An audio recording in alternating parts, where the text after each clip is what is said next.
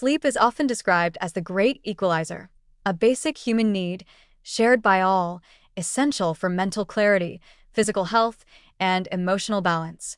But in the real world, sleep is anything but equal. It's increasingly becoming a marker of privilege, deeply shaped by socioeconomic status. If you think restful sleep is just about good habits and willpower, think again. For many people, the ability to sleep well or sleep at all is determined less by personal choices and more by systemic barriers that begin with income, occupation, and zip code. Start with work. Low-income jobs are far more likely to involve irregular hours, night shifts, or early morning start times. Shift workers, especially those in healthcare, retail, manufacturing, and service industries, often live in direct opposition to their circadian rhythms. They don't just sleep at odd hours. They sleep poorly, inconsistently, and for fewer total hours overall. The human brain is not designed to sleep well at 10 a.m. after a graveyard shift, and it rarely does. Add in unpredictable schedules, mandatory overtime, or on-call responsibilities, and it becomes almost impossible to maintain healthy sleep patterns. And let's not pretend these workers have the luxury of turning down those shifts. They're doing what they have to in order to survive. Sleep is often the first casualty of making ends meet. Even for day shift workers, the stress of financial insecurity plays a huge role. When money is tight, sleep is rarely peaceful. Rent, debt, food costs, job instability, these don't clock out at night. Chronic financial stress keeps the brain in a state of hyperarousal, spiking cortisol levels and making it difficult to fall or stay asleep. When your mind is busy calculating whether you can pay next month's bills or whether your child will eat tomorrow, bedtime becomes a battleground, not a sanctuary.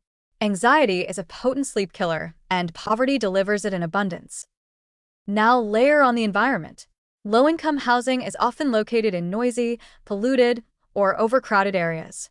Think thin walls, constant traffic, sirens, neighbors arguing at 1 a.m., or living with several family members in a two-bedroom apartment. Then throw in the structural issues: poor insulation, faulty heating or cooling, mold, bedbugs, or lack of blackout curtains, and you've created a physical environment that actively works against sleep. Sleep hygiene isn't just about putting your phone away. It's also about having a safe, dark, quiet, and temperature-controlled place to sleep. For millions of people, that's a fantasy. Housing insecurity makes things even worse. People experiencing homelessness, couch surfing, or living in temporary shelters face extreme sleep deprivation. Shelters can be chaotic, stressful, and unsafe. Those living on the streets have to remain hypervigilant, vulnerable to theft, violence, or being moved by authorities at any hour. The idea of 8 hours of restorative sleep is laughably out of reach when your mattress is a bench and your blanket is whatever you can carry. Even people in precarious housing, living with the constant fear of eviction or gentrification, feel the psychological effects on sleep. When the roof over your head is unstable, so is your nervous system. Healthcare access plays a silent but powerful role here too. Sleep disorders like sleep apnea, insomnia, or restless leg syndrome are common, but diagnosing and treating them requires time, money, and access to specialists. CPAP machines, therapy sessions, sleep studies, these are not accessible luxuries for those without insurance or stable employment. Many low-income individuals suffer for years without even knowing they have a sleep disorder. And even if they do, they may be unable to afford the treatment or the time off work to pursue it. It's not that they don't care about their health, it's that the system doesn't make health accessible. This inequality also intersects with race. In many countries, including the United States, Black and Hispanic communities are more likely to experience short and poor quality sleep than white populations, independent of income. This is often tied to systemic factors: environmental racism, higher exposure to noise and pollution, longer commutes, more precarious employment, and chronic exposure to discrimination, all of which increase stress and diminish sleep. The American Sleep Association reports that racial and ethnic minorities consistently have shorter sleep durations and more fragmented sleep. Again, not due to individual failure, but to social conditions stacked against rest. What's worse is how society misinterprets these patterns. Instead of acknowledging sleep as a human right constrained by economic and environmental conditions, we often moralize it. Tired people are labeled lazy, undisciplined, or inattentive. Students from poor neighborhoods fall asleep in class and are punished, not counseled.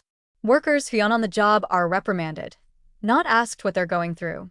We treat sleep deprivation as a personal weakness when it's often the predictable result of a system that robs certain groups of the right to rest. The consequences of sleep inequality are not abstract, they're visible in health disparities, educational gaps, and job performance.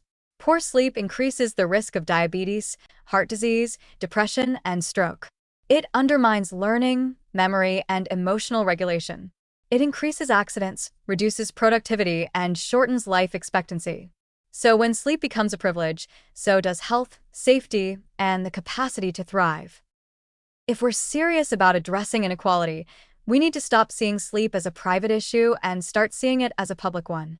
That means advocating for predictable work schedules, affordable housing, safer neighborhoods, and healthcare systems that treat sleep as fundamental. It means recognizing that being well-rested is not a moral achievement. It's a sign that the system is working in your favor. Because when rest becomes a privilege instead of a right, the dream of equal opportunity stays just that, a dream, fading fast in the early hours of another sleepless morning.